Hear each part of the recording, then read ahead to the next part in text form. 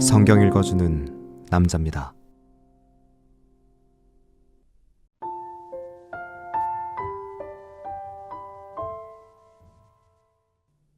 솔로몬이 여호와의 전과 자기의 궁궐을 20년 동안의 건축하기를 마치고 후람이 자기에게 준 성읍들을 다시 건축하여 이스라엘 자손으로 거기 거하게 하니라. 솔로몬이 가서 하맛소바를 쳐서 취하고 또 광야에서 다드모를 건축하고 하맛에서 모든 국고성을 건축하고 또 윗 베호론과 아래 벳호론을 건축하되 성과 문과 문빗장이 있게 하여 견고한 성읍을 삼고 또 바알랏과 자기에게 있는 모든 국고성과 모든 병거성과 마병의 성들을 건축하고 솔로몬이 또 예루살렘과 레바논과 그 다스리는 온 땅에 건축하고자 하던 것을 다 건축하니라. 무릇 이스라엘이 아닌 헷 족속과 아모리 족속과 브리스 족속과 히위 족속과 여부스 족속에 남아있는 자 곧 이스라엘 자손이 다 멸하지 못하였으므로 그 땅에 남아있는 그 자손들을 솔로몬이 역군을 삼아 오늘날까지 이르렀으되 오직 이스라엘 자손은 솔로몬이 노예를 삼아 일을 시키지 아니하였으니 저희는 군사와 장관의 두목과 그 병거와 마병의 장관이 됨이라. 솔로몬 왕의 공장을 감독하는 자가 250인이라 저희가 백성을 다스렸더라. 솔로몬이 바로의 딸을 데리고 다윗성에서부터 저를 위하여 건축한 궁에 이르러 가로되 내 아내가 이스라엘 왕 다윗의 궁에 거하지 못하리니 이는 여호와의 궤가 이른 곳은 다 거룩함이니라 하였더라.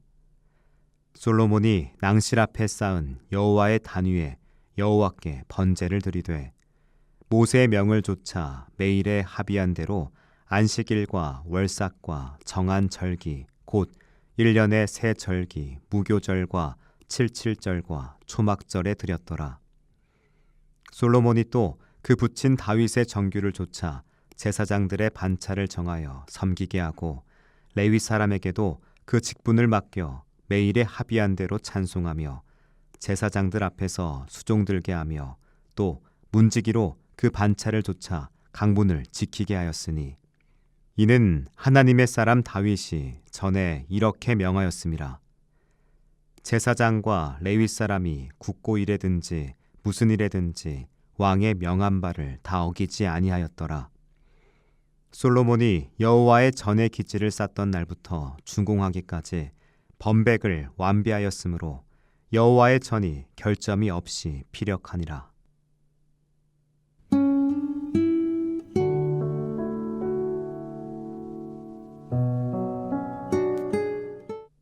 성전 봉헌의 영광스러운 축제가 끝나고 역대기는 솔로몬 왕의 새로운 행보를 기록합니다. 그는 이제 건축을 넘어 왕국 전역에 도시를 세우고 국방을 강화하며 거대한 무역망을 건축하는 일에 집중합니다. 이 시기 솔로몬의 리더십은 건축가이자 정치가 그리고 군사 지도자로서 빛을 발합니다. 그는 하맛소바를 정복하고 지혜가 빛나는 화려한 성곽 도시들과 무역 항구들을 건설하죠.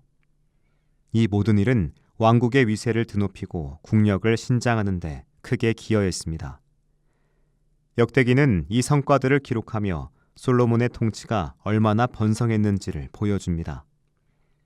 왕의 정치적, 군사적 능력은 나라를 부강하게 만들었고 그 모습은 표면적으로 하나님의 축복이 계속되고 있다는 인상을 강하게 심어줍니다.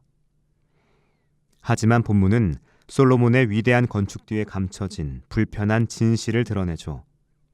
왕은 이스라엘 자손 중 병사를 삼고 고관과 장관과 지휘관 그리고 병거와 마병의 지휘관을 삼았지만 헤브론 사람들, 헷 사람들, 아모리 사람들, 브리스 사람들, 히위 사람들, 여부스 사람들 등 이스라엘이 진멸하지 않은 모든 사람들을 노예로 삼아 강제 노동을 시킵니다. 역대기는 이스라엘 자손과 이방 민족의 역할을 명확히 구분합니다. 이스라엘 백성은 지배 계급으로서 군사적, 행정적 요직을 맡았고 이방인들은 성전과 왕궁 건축에 힘든 노동에 내몰렸죠. 이 구조는 솔로몬의 업적이 계급적 착취와 불평등 위에 세워졌다는 걸 보여줍니다. 성전이 하나님의 이름이 거하는 거룩한 장소였음에도 불구하고 그 건축 과정에서 정의의 원칙이 온전히 지켜지지 않았을 가능성을 엿볼 수 있습니다. 솔로몬의 시대에 이스라엘 백성과 이방 민족 사이의 차별적 노동 구조는 오늘날 우리가 겪는 사회적 불평등을 돌아보게 합니다.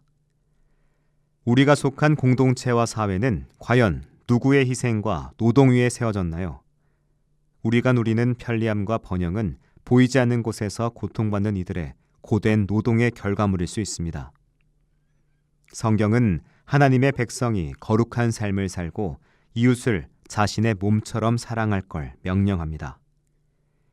이웃에 대한 사랑은 그들이 어떤 민족인지 어떤 계층에 속하든지 차별 없이 대하는 데서 시작됩니다. 불평등한 노동 구조는 하나님이 창조하신 인간의 존엄성을 훼손하는 행위죠. 솔로몬은 성전에서 매일 드리는 번제와 정한 규례를 정비하고 제사장들의 반열을 복구하며 성전의 기능을 완벽하게 회복시킵니다. 그는 예배에 대한 열정과 종교적 질서 회복에 힘쓴 신실한 지도자였죠.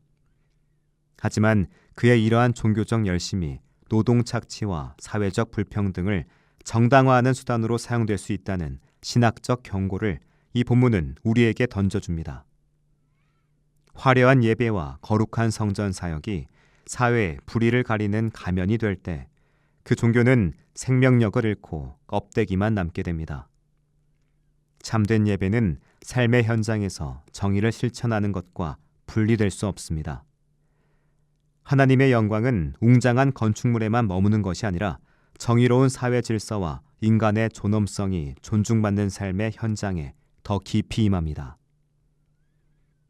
역대기는 솔로몬의 번영을 기록하면서 성전 건축이라는 영적 위협과 정치적, 경제적 번영이 어떻게 연결되어 있는지를 보여주죠. 우리는 이 본문을 보면서 우리 공동체가 추구하는 성공의 기준을 다시 성찰해야 합니다. 우리의 공동체가 소외된 이들을 배제하거나 착취하는 시스템 위에 세워져 있지 않는지, 우리의 예배가 사회적 책임을 외면하는 위선이 되진 않는지를 돌아볼 필요가 있죠. 하나님은 화려한 건물보다 정의로운 사회를 더 기뻐하십니다.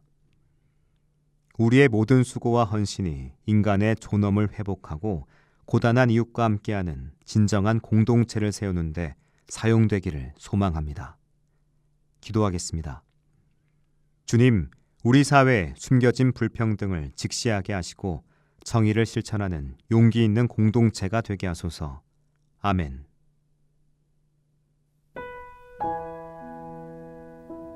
지금까지 묵상에 함께하는 교회 홍정한 목사, 내레이션 성경 읽어주는 남자였습니다.